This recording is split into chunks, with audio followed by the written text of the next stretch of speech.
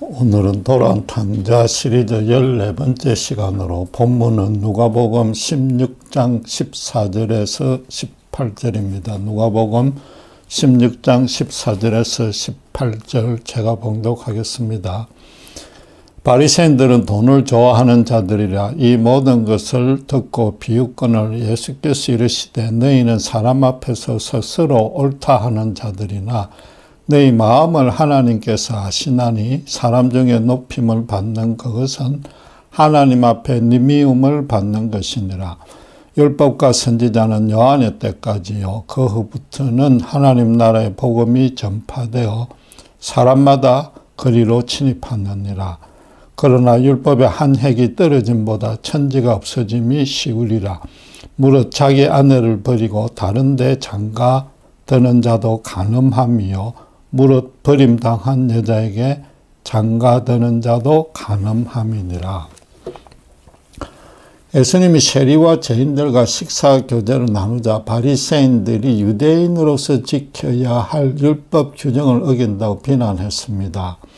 주님은 그들에게 잃어버린 양과 동정과 아들들을 되찾는 비유를 말씀해 주었습니다. 그리고 제자들에게 따로 불의한 청지기의 비유를 말씀하시고 그 의미를 풀어서 가르쳤습니다. 곁에서 그 불의한 청지기 비유를 해설을 듣고 있던 바리새인들이 또 예수님을 비웃었습니다. 오늘 본문은 주님이 다시 그 바리새인들을 대상으로 청지기 비유의 결론을 보충해서 설명해 주면서 그들의 잘못을 아주 예리하게 지적하는 내용입니다. 그런데 끝에 가서는 뜬금없이 앞에 설명과는 관계없는 간음에 대해서 언급했는데 그 이유가 궁금합니다. 거기다가 몇 절 안 되지만 오늘날에도 적용되는 중요한 내용들이 포함되어 있기 때문에 성경 공부하듯이 한 절씩 면밀히 살펴볼 필요가 있습니다. 우선 14절에 바리새인들이 당신을 비웃는 이유를 돈을 좋아하는 자들이기 때문이라고 말합니다. 불의한 청지기 비유의 결론으로 주님은 사람은 돈을 주인으로 모시고 이 땅의 일시적인 형통과 안락만 추구하는 사람과 하나님을 주인으로 삼아 그분의 뜻에 순종함으로써 영주하는 처소로 영접되는 사람 둘로만 나뉜다고 말했습니다. 바리새인들은 돈을 좋아하지만은 율법에도 충성했기 때문에 하나님의 영주할 처소에 영접될 자신이 있었던 자들입니다. 말하자면 이 땅에서 하나님과 돈 두 주인을 동시에 섬겨도 얼마든지 구원받을 수 있다고 믿었는데 주님은 결코 그 두 주인을 함께 섬길 수 없다고 선언했습니다. 그러니까 시골 출신의 비주류 랍비가 말도 안 되는 소리를 하면서 오히려 정통파인 자기들을 나무라고 있다고 여기고 비웃은 겁니다. 그들은 사람들에게 율법을 가르치고 일상생활에서 율법에 따른 판결도 내려주는 그런 수고를 했기에 당연히 금전적인 보상을 받아야 된다고 믿었습니다. 하나님의 일을 대행하고 있는 자기들에게 하나님이 축복해 주셔야 된다는 겁니다. 그러다 보니까 실제로 당시 사람들 사이에 돈을 좋아한다는 평가를 받았고 마가복음 12장 40절에 보면 주님도 가부의 자산을 삼키는 자들이라고 꾸짖었습니다. 요즘으로 치면 그들은 번영신학을 가르친 셈입니다. 하나님을 잘 믿고 따르면 반드시 현실적으로도 넘치는 복을 받는다는 겁니다. 이 땅에서 당신의 백성들이 고난을 받고 핍박을 겪는 것은 하나님의 뜻이 아니기 때문에 당신께서 모든 대적을 막아주시고 고난에서 건져서 행복한 삶으로 인도하신다는 겁니다. 또 그런 가르침을 실제로 증명하기 위해서라도 자기들은 부자가 되어야만 했습니다. 지금도 미국에도 또 동일한 신앙 노선을 가르치며 신자들의 헌금으로 큰 부자가 된 두 목사가 있습니다. 긍정적으로 믿고 열심히 살면 부자가 된다고 가르치는 미국 최대 교회의 담임 목사와 주로 집회나 TV에서 성령 은사주의를 강조하면서 기도하면 질병이나 고난에서 무조건 다 탈출할 수 있다고 가르치는 목사입니다. 두 분 다 목사님답지 않게 호화주택 여러 채와 요트 등을 소유하고 풍요로운 생활을 하는 것으로 유명합니다. 그나물의 그 밥이라는 속담처럼 그들이 가르치는 대로 따르면 자기들도 그렇게 되리라고 착각하는 수많은 사람들이 여전히 뜨겁게 그들을 추종하고 있습니다. 목사가 원래부터 그 집안이 부자였거나 교회가 크게 부흥해서 교인들이 기꺼이 응분의 대우를 해주어서 조금 여유로운 생활을 하는 것은 전혀 문제될 것이 없습니다. 그러나 신앙의 목적이 신자의 믿음과 사실은 그게 인간적인 정성과 열성인데도 그 믿음과 비례해서 하나님이 주시는 현실적인 축복에 있다고 가르치는 것은 큰 잘못인 겁니다. 바리새인들은 율법을 잘 지키면 복을 받는다고 가르쳤으니까 어쨌든 겉으로는 의로운 삶을 살았습니다. 율법은 물론이고 유대사에서의 그 전통 간섭 법규를 준수했고 기도와 11조와 구제도 잘 했기 때문에 어리석은 백성들은 그들을 칭찬하고 존경까지 했습니다. 바리새인들로서는 자기들의 그 의로움을 더 드러낼 필요가 있었습니다. 그래서 시장의기에서 큰 소리로 많은 사람들 보라고 기도했고 채소와 양념까지 11조 했습니다. 여호와 하나님을 마음과 성품과 힘을 다해 사랑하라는 신명기 6장 5절 세마 경문을 담아놓은 요 작은 상자를 이마에 매는데 그 끈을 아주 넓게 만들었습니다. 마태복음 23장 5절을 보면 또 하나님의 언약 백성이라는 표시로 겉옷의 깃에 그 청색 술을 달게 되어 있는데 그걸 더 길게 늘어뜨렸습니다. 주님은 그래서 15절에 지금 너희는 사람 앞에 스스로 옳다 하는 자라고 말한 겁니다. 히브리어로 바리새인은 분리된 자란 뜻인데 기원전 2세기부터 헬라 세속 문화의 그 악한 영향으로부터 유대교가 오염되지 않게 지키려 했던 그 종교적인 분파였습니다. 그래서 그들은 율법의 수호자요 이스라엘의 영적 지도자라는 자부심이 대단했습니다. 지금도 민족 반역자 세리와 할례 없는 이방인들과 예수님이 식사 교제를 하는 문제로 지금 시비를 걸고 있지 않습니까? 네. 오늘날도 많은 신자들이 이왕이면 하나님도 잘 믿고 또 복도 많이 받으면 좋을 것이라고 기대합니다. 그러나 그들은 결코 양립될 수가 없습니다. 하나님이 신자에게 바라는 것은 영적인 거룩인 반면에 신자들이 하나님에게 바라는 것이 현실의 형통이면은 이게 서로 어긋나서 결코 중간에서 만나지 않는 겁니다.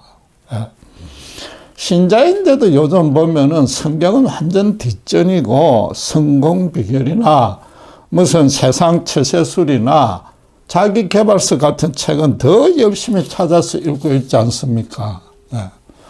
주님은 그래서 사람이 하나님을 사랑하면 돈을 미워하게 되고 돈을 사랑하면 하나님을 미워할 수밖에 없다고 13절에 이미 선언했습니다.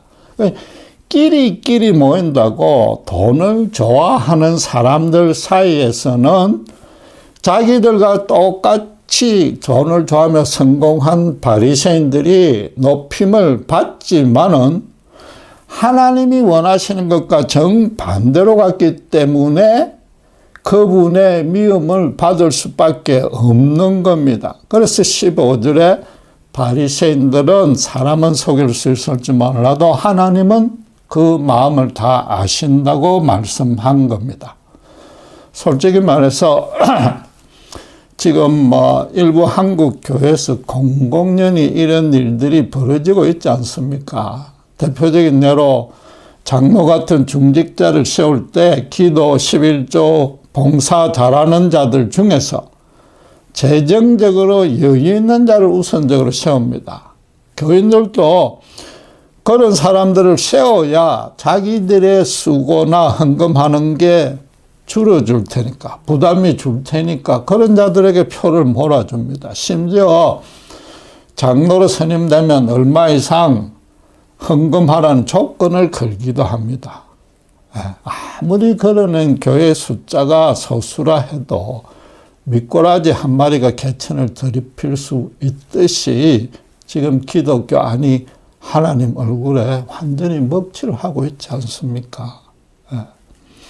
사도행전 8장에 보면 마술사 시몬이 사도들로부터 돈을 주고 성령의 능력을 사려고 시도하다가 사도들로부터 크게 혼이 나는 내용이 나옵니다. 또 지금 그 전에 로마가 이스라엘을 점령하자 자기들 입맛에 맞는 사람으로 대제사장을 세웠습니다. 또 그 대제사장에게 뇌물을 바치는 자들이 성전을 관리하는 이권을 차지했습니다. 죄송하지만은 성전을 강도의 굴혈로 만들었던 그 어둠의 그림자가 오늘날의 교회에도 이 모양 저 모양으로 드리워져 있으니까 참으로 갑갑할 따름입니다. 그런데 사실은 이보다 더 큰 문제가 또 있습니다. 신자 중에 사업에 실패하거나 자녀들이 말썽을 일으키거나 암 같은 중병이 걸리면은 교회 활동에 등한히 하더니 하나님께 벌 받았다고 뒤에서 수근거립니다. 잘 믿으면 그것도 교회와 담임 목사에 충성하면 반드시 현실에서도 형통할 수 있다는 아주 잘못된 생각을 가지고 있기 때문입니다.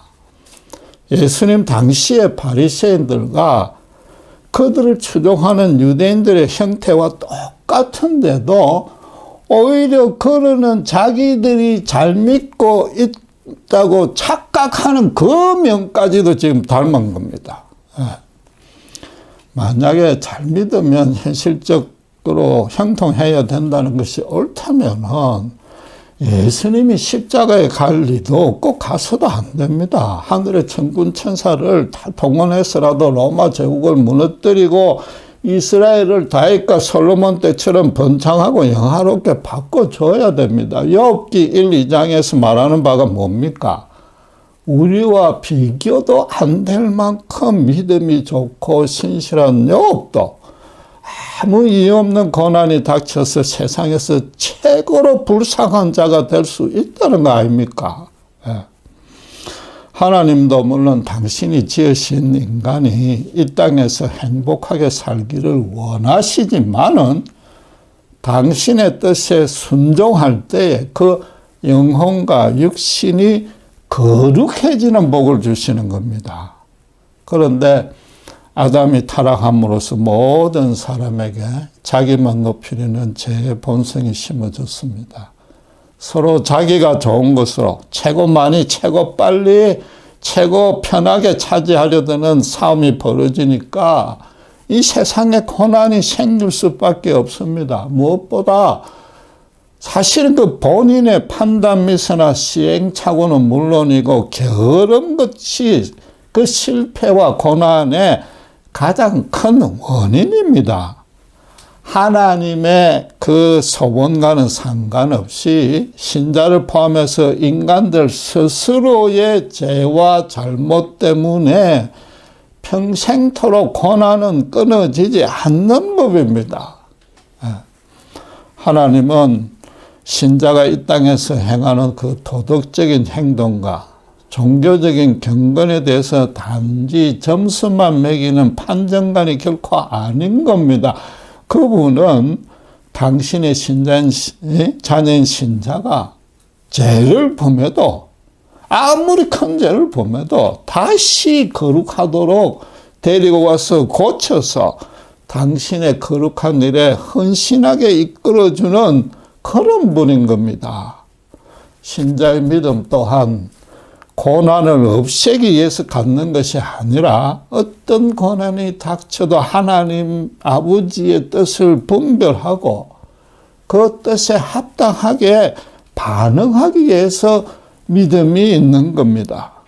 주님은 그래서 바리새인들의 그 잘못된 기복신앙관을 고쳐주려고 16절에 율법과 선지자는 요한의 때까지라고 말씀했습니다. 율법은 모세의 오경을 가르치고 선지자는 그 나머지 모두를 제외한 성경, 나머지 모두를 포함하는 성경을 가르치는 관용어입니다. 그래서 율법과 선지자라고 하면 구약 성경 전체를 말하는 겁니다. 따라서 주님은 구약 성경은 요한의 때까지라고 말한 셈입니다. 그 요한은 예수님한테 세례를 주고 헤롯 안티바스의 불법을 꾸짖다가 참수형을 당했던 바로 그 세례 요한입니다. 구약 성경에 계시된 하나님의 말씀의 구속력이 요한의 때로 종료된다는 뜻은 아닙니다. 바로 이어서 12절에서 율법의 한 획도 천지가 없어질 때까지 떨어지지 않는다고 말씀하셨습니다. 율법과 선지자가 요한의 때까지라고 말한 것은 일종의 언어 유희인데 요한이 구약 시대의 마지막 선지자라는 뜻입니다. 예수님이 오심으로써 구약의 예언이 다 성취되고 하나님 나라의 복음이 본격적으로 전파되는 시대로 바뀐다는 겁니다. 그래서 그 복음을 순전한 믿음으로 받아들이는 사람은 16절에 누구나 하나님의 나라를 침범한다고, 즉 영주할 처소로 영접된다고 말씀하신 겁니다. 요한은 인간 중에서 최초로 예수님의 정체성을 정확히 파악했습니다. 그래서 세상 죄를 지고 갈 어린 양으로 오셔서 우리를 위한 대속 제물로 바쳐질 메시아라고 유대 대중들에게 선포했습니다. 자신은 물로 세례를 주지만은 예수님은 성령과 불세례로 구원을 주실 것이라고 예언했습니다. 그런데 정작 본인은 십자가 죽음으로 그 구원이 이 땅에 완벽하게 실현되는 모습을 보지 못했습니다. 그래서 요한은 구약의 마지막 선지자로 생을 마감했다는 겁니다. 이 주님의 말씀을 문맥상의 흐름에 따라 바꾸면은 바리새인들의 그 기복적인 가르침은 이제 완전히 끝날 것이란 뜻입니다.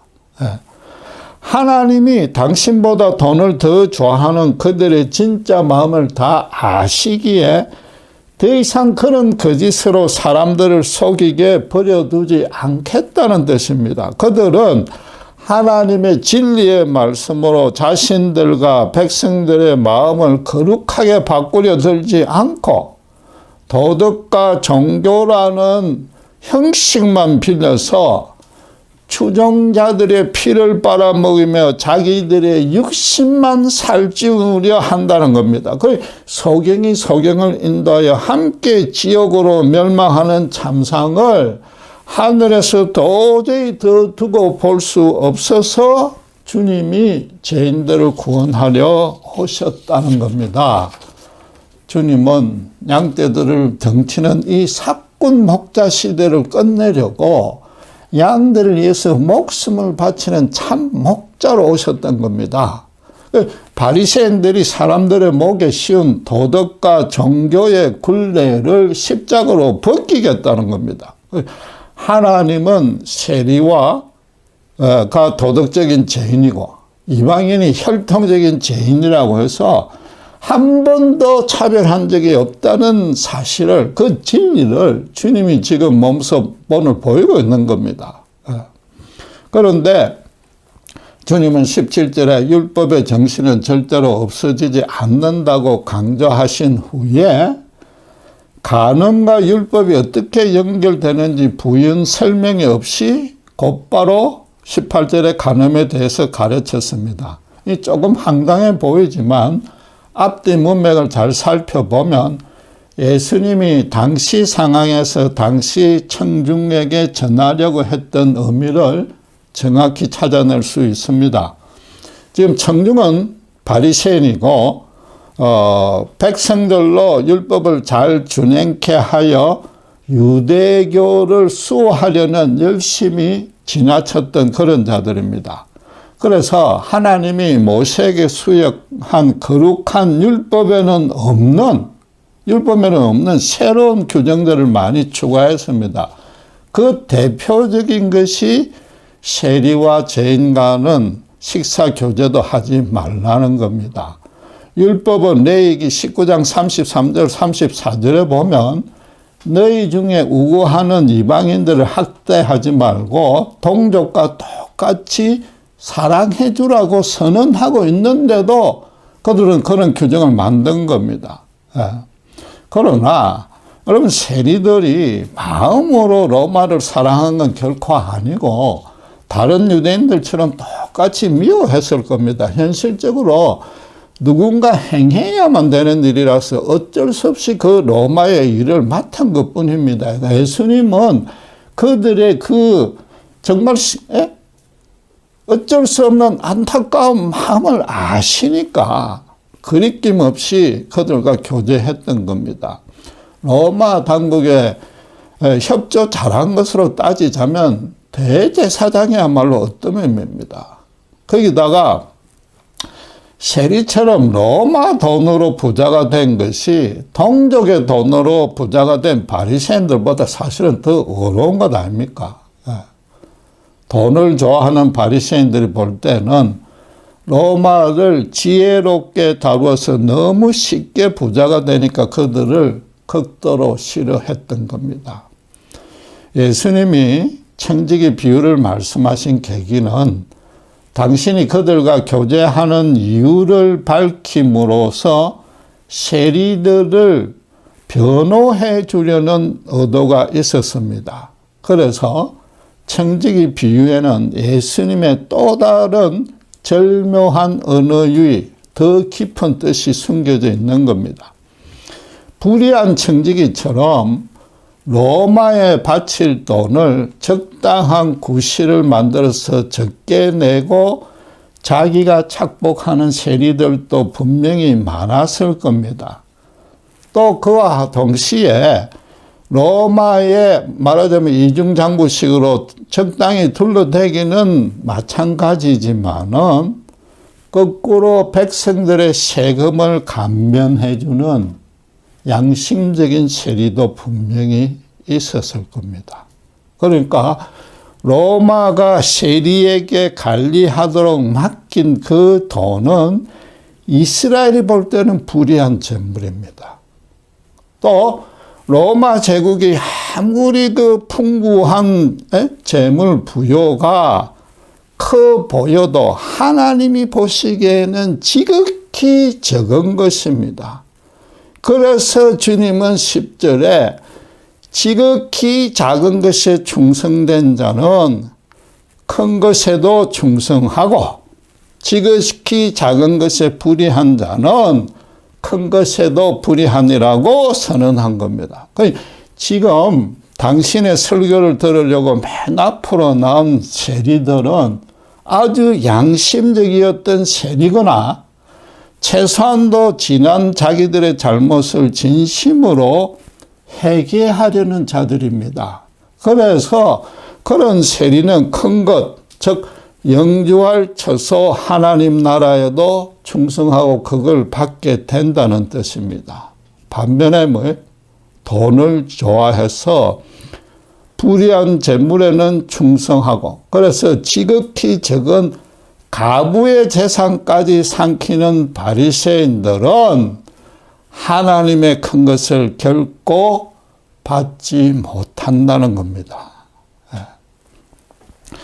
그런데도 바리새인들은 그런 부정을 저지를 때마다 율법의 정신은 물론 그 명문 규정마저도 어기고 도리어 자기들이 만든 거짓 규칙으로 백성들을 속였습니다. 그런 또 다른 예로서 지금 예수님은 간음 문제를 18절에서 거론한 겁니다. 율법 신명기 24장 1절에 보면은 사람이 아내를 맞이하여 데려온 후에 그에게 수치되는 일이 있음을 발견하고 그를 기뻐하지 아니하면 이혼 정서를 써서 그의 손에 주고 그를 자기 집에서 내보낼 것이요라고 규정하고 있습니다. 이 말씀에서 아내의 수치되는 일은 혼전의 순결을 지키지 못했거나 아내로서 역할을 감당 못할 결정적인 하자만을 뜻합니다. 그러니까 예수님 당시에 보수적인 샴마이 학파도 이혼 조건을 부정과 율법 파기에만 한정했습니다. 반면에 진보적인 힐렐 학파는 남편이 이혼 의사를 밝히기만 하면 가능하다고 해석했고, 일반 백성들도 이 해석이 좋아서 쫓아가며 요리만 못해도 정서를 써주고 아내를 쫓아냈습니다. 그러니까 예수님은 마태복음 19장 6절의 결혼에 대해서 그런즉 이젠 둘이 아니요 한 몸이니 그러므로 하나님이 짝지어 주신 것을 사람이 못할지니라고 유권적인 해석을 내려놨습니까? 그러니까 말도 안 되는 억지 이유로 쫓겨난 아내는 하나님이 율법을 주시고 예수님이 결혼이라고 정의해 놓은 그 정신에 따르면 여전히 그 남편의 아내요, 남편도 그 여자의 아내가 되는 겁니다. 그런 식으로 자기 아내를 버리고 다른 데 장가드는 남편은 의여시 아내가 있는데도 그랬으니까 새로 시집온 여자와 함께 간음한 겁니다. 또 그렇게 버림당한 여자도 아직 남편이 있기 때문에 그런 여자에게 장가드는 남자도 그녀와 함께 간음죄를 범하게 된다는 겁니다. 예. 그래서 여러분 비유에서 불의한 청지기는 주인의 인장, 그 도장을 가졌다는 그 건세를 악용해서 채무자의 차용 금액을 대폭 줄여줬습니다.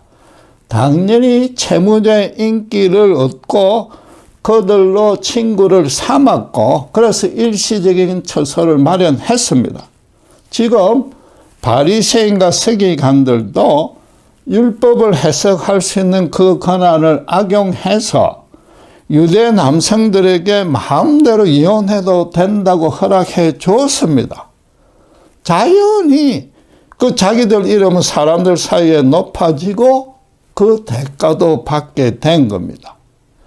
청직이나 이 바리새인이나 이 땅에서 일시적인 자기 거처를 화려하게 꾸미려고 돈을 주인으로 모시고 섬기고 돈으로 친구를 삼고 있었던 겁니다.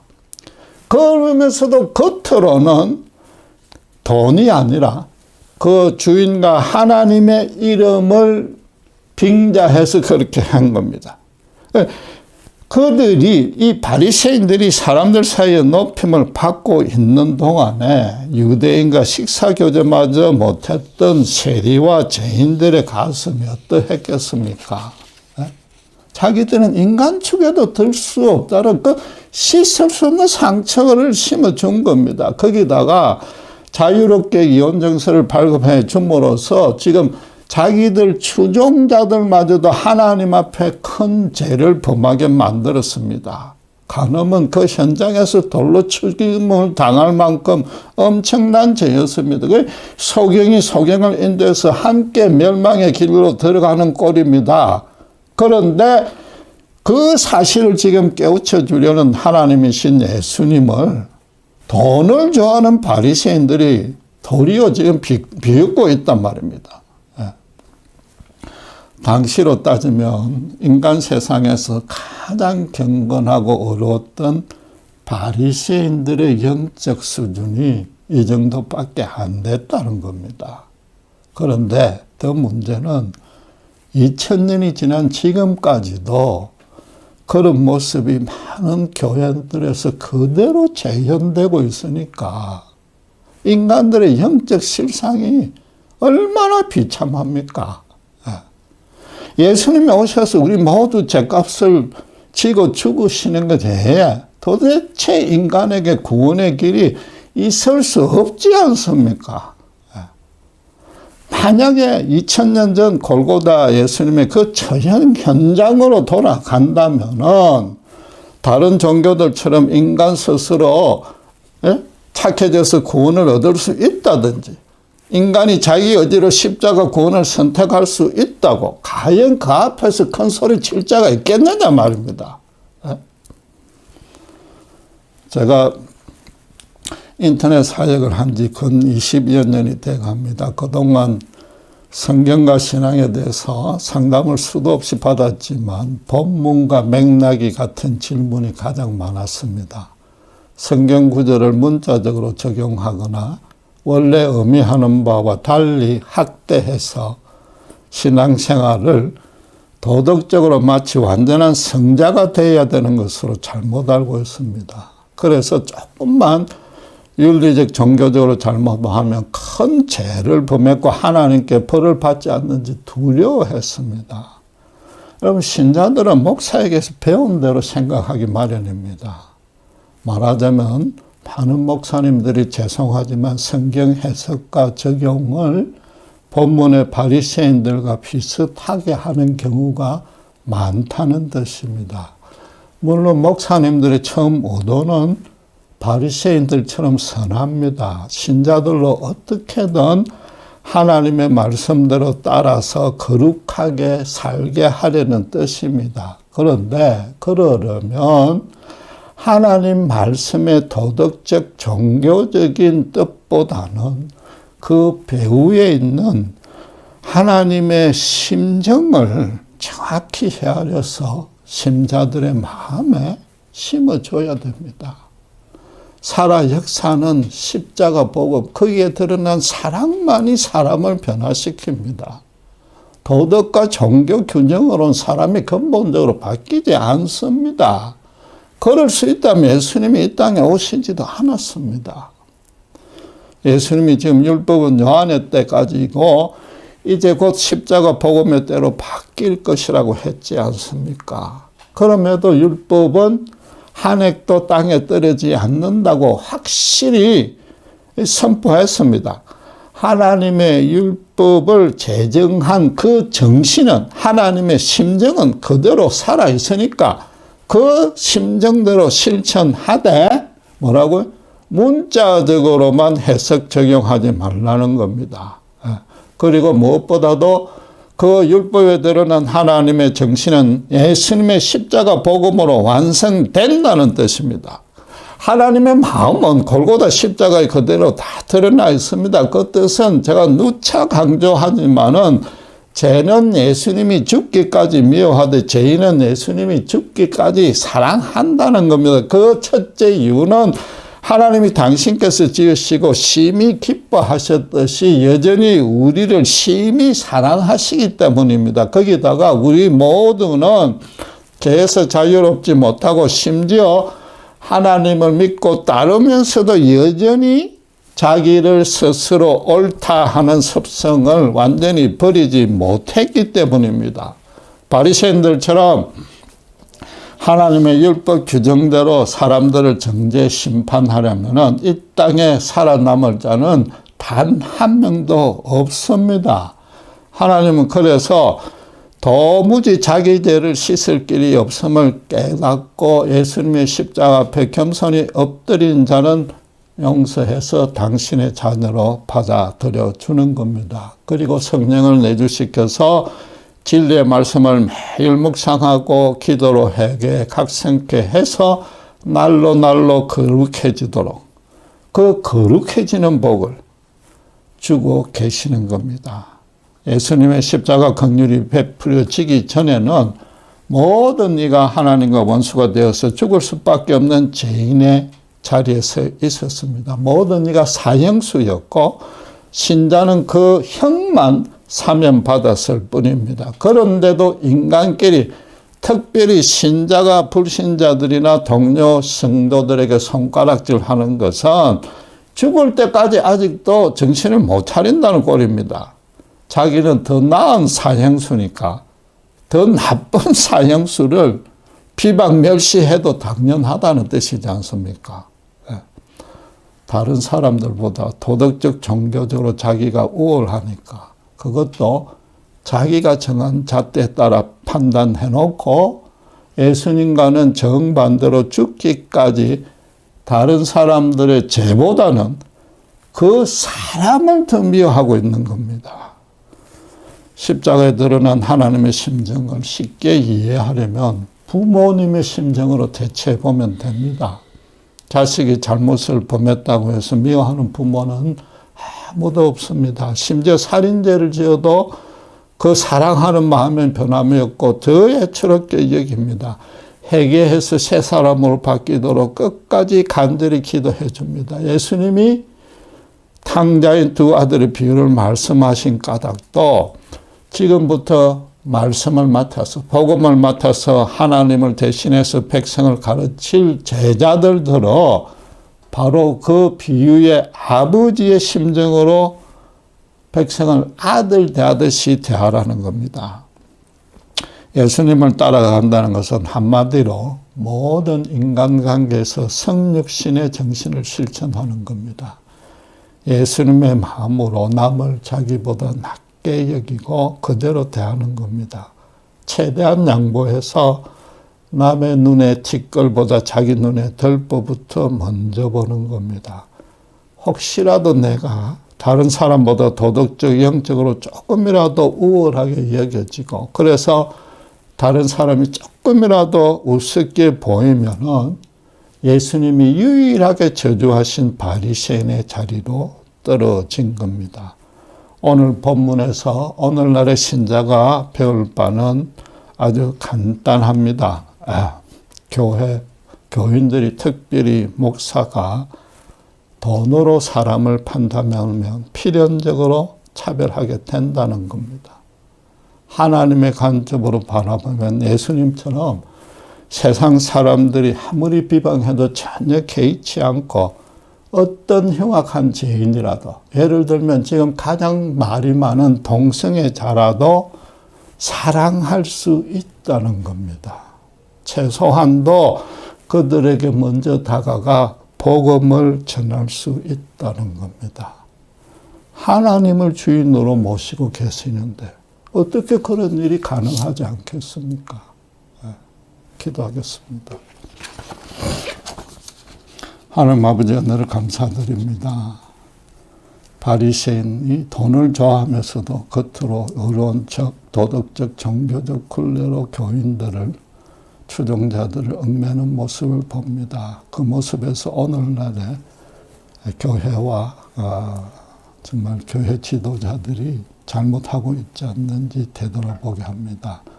말씀을 맡은 저희들부터 정말로 예수님의 마음을 항상 품어서 남을 우리보다 훨씬 낮게 여기고 어떤 흉악한 죄인이라도 기도해주고 복음을 전하면서 정말 주님처럼 끝까지 섬길 수 있는 하나님께 진정으로 받을 수 있는 복을 누리는 자들 될 수 있도록 저희들 축복해 주시옵소서.